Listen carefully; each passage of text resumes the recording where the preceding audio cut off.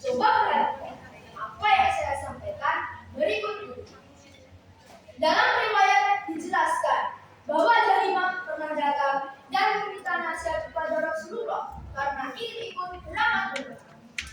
Kemudian Rasulullah SAW balik berkata, apakah kamu masih mempunyai seorang ibu? Jarimah menjawab, iya. Rasulullah bersabda, rawatlah ibu, karena sesungguhnya surga ibu ada di bawah telapak. Nah, tentunya kita berbakti kepada ibu kita. Bahkan Rasulullah menyamakan dengan orang yang ikut perang di jalan Allah.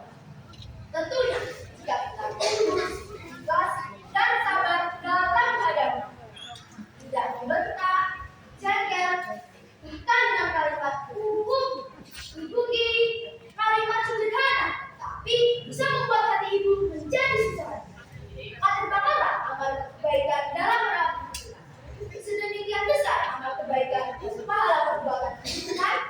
Bahkan di hadis lain ada orang yang bertanya kepada Nabi, ya Rasulullah, siapa yang paling berhak aku lakukan ibadah? Nabi menjawab, ibu. Orang itu kembali bertanya, lalu siapa lagi? Nabi menjawab, ibu. Orang itu masih bertanya, lalu siapa lagi? Nabi menjawab, ibu. Orang itu kembali bertanya, lalu siapa lagi? Kemudian Rasulullah SAW menjawab satu persatu. Ayat. Nah, kenapa? Kok bisa 3 kali, teman-teman?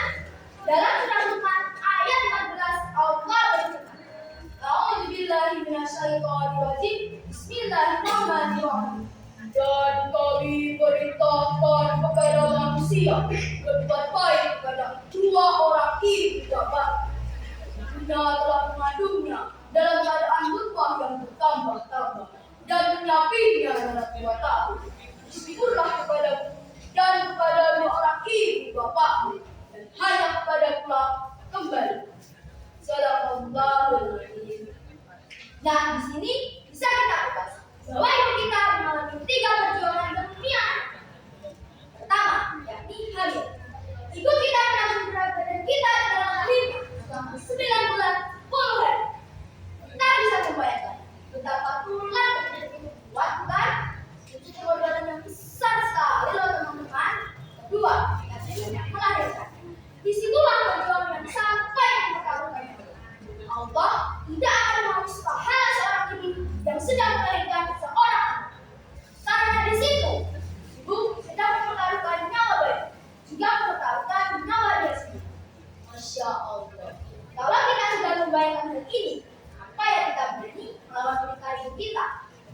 Kita seolah perintah ibu itu untuk kasihkan bermain.